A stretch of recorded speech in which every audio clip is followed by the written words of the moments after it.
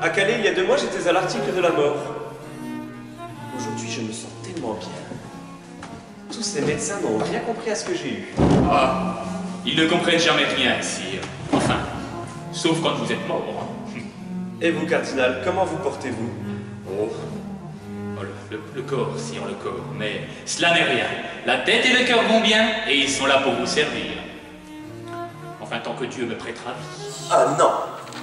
Vous n'allez pas encore me parler de votre mort. C'est vrai, je n'arrive pas à me faire à cette perspective. Mais enfin, pour un cardinal, n'est-ce pas le bonheur suprême?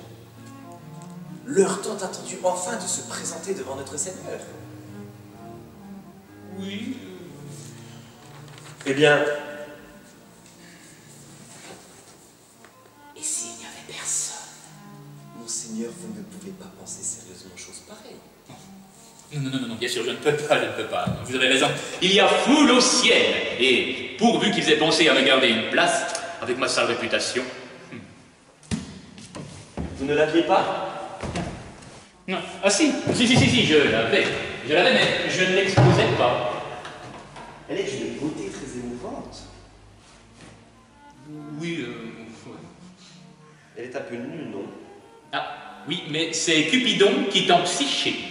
L'amour qui tend l'ego. Cette gorge, ce cou long et fin, cet air de jeune cygne gracieux, c'est incroyable. Elle ressemble à Marie Mancini. Oui, ce n'est pas mon avis. Ah, Marie. Marie est tellement différente des autres.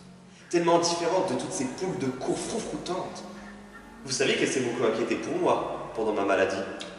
Il y a des chagrins qui sont fins. Oui, peut-être. Mais vous m'avez appris à distinguer les simulateurs. Alors elle vous plaît plus que sa sœur Olympe? Ce n'est pas pareil. Olympe est une fille facile. Pardonnez-moi, mais Olympe n'est juste bonne qu'à se divertir. Oui. Marie, c'est différent. Marie ne se donne pas comme elle. Marie n'est pas comme ça. Mais c'est très bien, ça, c'est très bien.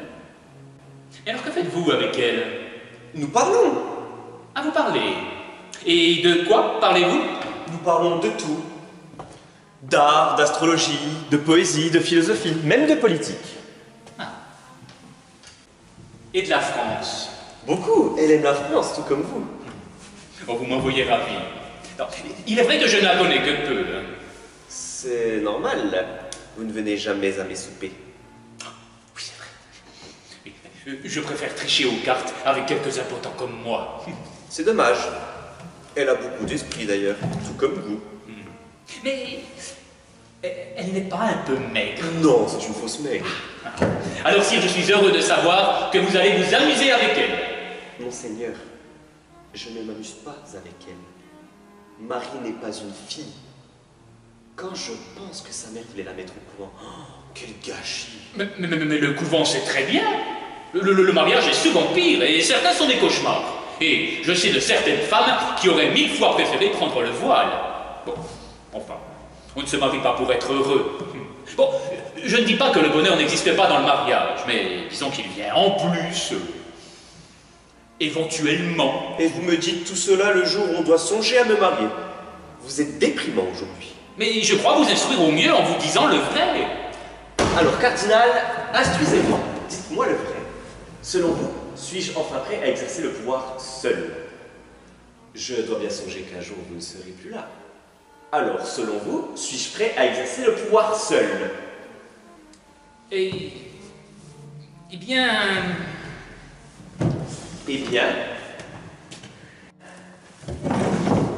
bien, je trouve que votre majesté est quelquefois un peu...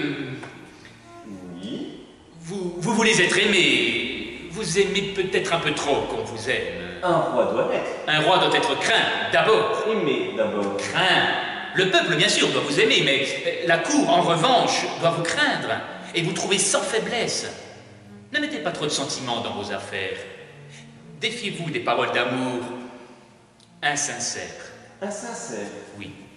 Et à quelle parole d'amour insincère faites-vous allusion? Si, je parlais en général. Vous ne parlez jamais en général, cardinal. Nous allons maintenant parler de votre mariage, sire. Donnez-moi plutôt des nouvelles du trésor.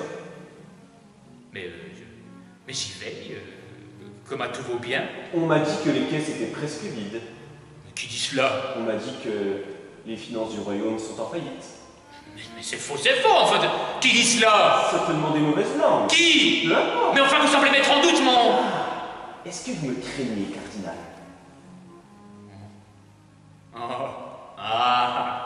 Oui, bien joué, sire.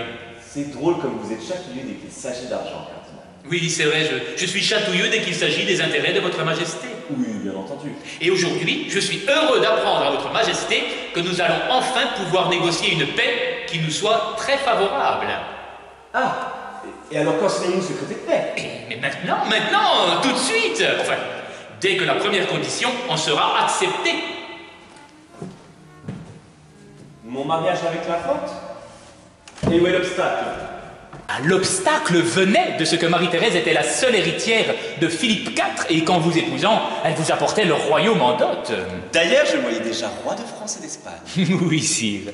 Et par bonheur, Dieu vient d'offrir un fils au roi. Marie ne peut plus prétendre à la succession de son père et peut enfin vous épouser. Vous oubliez une chose, cardinal. Mais je ne vois pas laquelle. On dit que Philippe IV est gravement malade. Ah, vous voyez, moi aussi je m'informe. On dit même que le nouveau-né souffrirait de la même maladie de son père. Alors pourquoi Marie-Thérèse ne souffrirait-elle pas elle aussi? C'est impossible, j'ai fait vérifier. Je viens de frôler la mort, cardinal. Je ne veux pas prendre le risque de tomber malade à nouveau. C'est impossible, je fais tout vérifier. Ni engendrer des tarés. Philippe IV n'avait pas cette maladie à la naissance de Marie-Thérèse. Quoi? Oui. Il l'a attrapé après? Oui, après sa naissance. Oui, sire, après sa naissance. Mais on dit que c'est un homme très pieux. Mais il est très pieux, mais les Espagnols ne s'abstiennent que des péchés qui ne procurent pas de plaisir. Alors, selon vous, elle peut m'épouser? Oui, sire. Bien.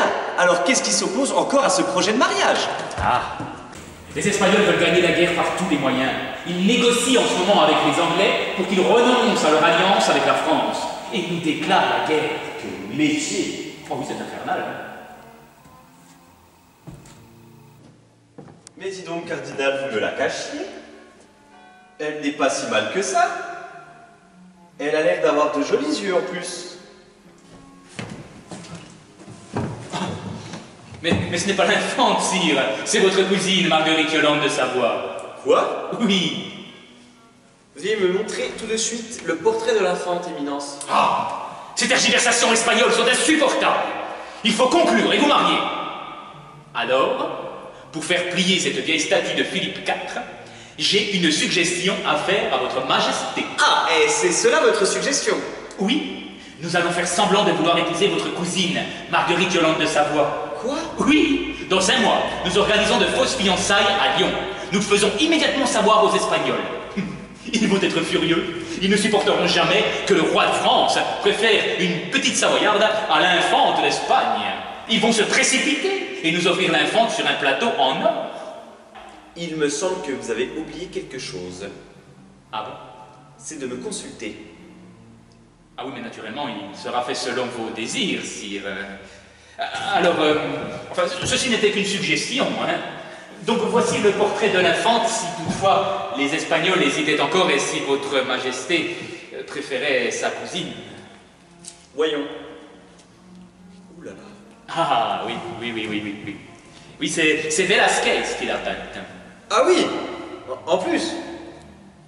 Ah oui, non, mais il paraît qu'elle est beaucoup mieux en vrai, hein. Pourtant, ils sont payés pour vous arranger. Oui, en général. Éminence, je me demande à quoi vous jouez. Vous ne poursuivez jamais le but, c'est le jeu politique qui vous intéresse.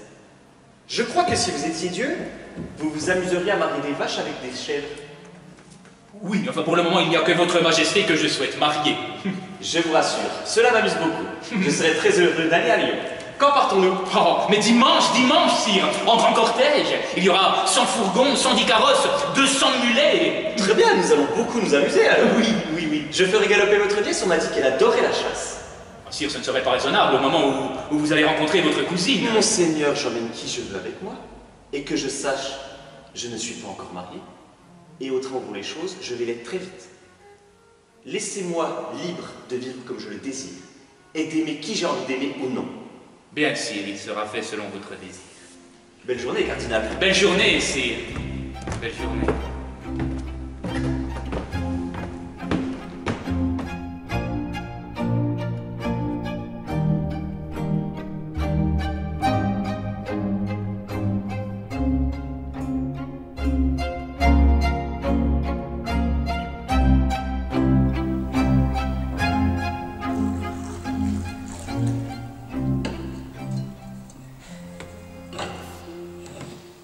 Éminence, vous êtes un homme d'exception. Je tenais à vous remercier pour tous vos bons et loyaux services en vous faisant l'honneur d'épouser votre nièce, Marie Mancini.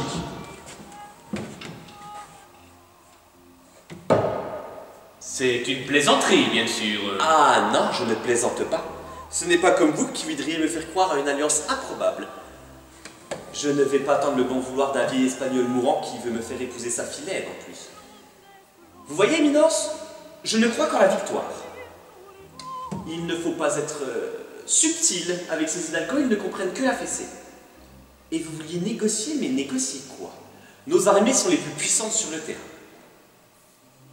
Éminence, si je ne devais retenir qu'une leçon de vous, ce serait l'essentiel. Je suis le roi. Je dois agir selon ma volonté et me laisser gouverner par personne. Vous avez fini? N'oubliez pas à qui vous parlez. Il me semble, votre majesté, que c'est vous qui vous oubliez vous-même. Éminence, vous êtes à la tête du royaume, pas à la tête de mes affaires. Vous gouvernez la France, toute la France, sauf moi. Et vous m'offensez gravement en me refusant l'honneur que je vous fais. Et moi, je poignarderai ma nièce plutôt que de l'élever par une si grande trahison. Et moi, je l'épouserai. C'est ma décision. Eh bien, vous l'épouserez, vous l'épouserez. Et le monde pensera que c'est moi qui l'ai voulu. Évidemment, puisque tout le monde pense que je suis votre pantin dont vous tirez les ficelles dans toutes vos cours, dans toutes vos foires, à Lyon, en Espagne et ailleurs. Jamais vous n'exercerez le pouvoir comme il faut l'exercer si vous demeurez prisonnier de vos passions. Je ne suis pas prisonnier, j'aime Marie. À tel point qu'elle vous fait désirer le contraire de ce qu'il faut pour votre royaume, si. Je commence mon règne par le plus bel acte qui soit. Je choisis l'amour. Attention, sire, attention. Car si cette passion vous emporte, vous en serez l'esclave toute votre vie. Car vous aimerez encore, sire. Vous aurez d'autres passions. Moi, je pense qu'on est plus fort lorsqu'on est entouré par l'amour. Ma mère était bien à vos côtés. Pourquoi moi, je devrais être seul? Mais parce qu'on est toujours seul, sire. Au moment des grandes décisions, vous serez seul. Vous déciderez seul. Et jamais sous l'influence d'une femme, voyons. Des mots, Éminence, des mots. Rien que des mots. Des mots, mais qu'avez-vous dans la tête, sire? Vous aimez Marie parce qu'elle vous flatte. Elle vous flatte en vous faisant croire qu'en la choisissant contre votre mère et contre moi, vous affirmerez votre puissance. Cardinal, vous n'êtes pas irremplaçable. Oh, ça vous pourrez vous défaire de moi, hein, ce sera facile. Hein. Car si vous persévérez dans cette folie, alors je m'en irai dans un coin d'Italie avec ma famille, finir mes derniers jours, en priant Dieu pour vous. Très bien, libre à vous. Il n'y a pas de tendresse comparable à celle que j'ai pour votre majesté. Et c'est cette tendresse qui me rend intraitable avec ceux qui s'opposent à votre grandeur et à votre gloire. Je n'aimerais n'avoir à vous enseigner qu'une seule chose, sire. C'est de faire passer l'intérêt de votre nation avant le vôtre. Vous ne m'avez jamais parlé de la sorte. Faites ce que vous voulez, mais sachez ce que vous faites. En épousant Marie, vous choisissez de poursuivre la guerre. De poursuivre la guerre. Une guerre qui dure depuis 30 ans. Mais vous avez raison, sire. Faites ce que vous voulez, car après tout, vous êtes libre. Libre? Libre? Libre de quoi si je suis forcé à épouser l'infante? Être libre, Éminence, c'est pouvoir choisir. Et vous devez choisir, sire.